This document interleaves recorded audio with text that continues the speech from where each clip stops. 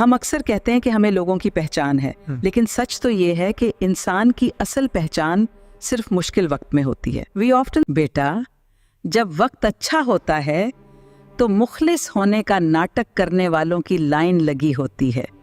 ہر کوئی آپ کا خیر خواہ بنتا ہے اور آپ کی تعریفوں کے پل باندھتا ہے، لیکن جیسے ہی زندگی میں کوئی آزمائش آتی ہے، جیسے ہی تنگی کا دور شروع ہوتا ہے، وہی ہاتھ ملانے والے ہاتھ چھڑانے لگتے ہیں۔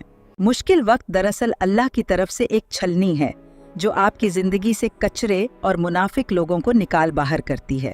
یہ وقت آپ کو بتاتا ہے کہ کون آپ کا اپنا ہے اور کون صرف آپ کے وقت کا ساتھی تھا۔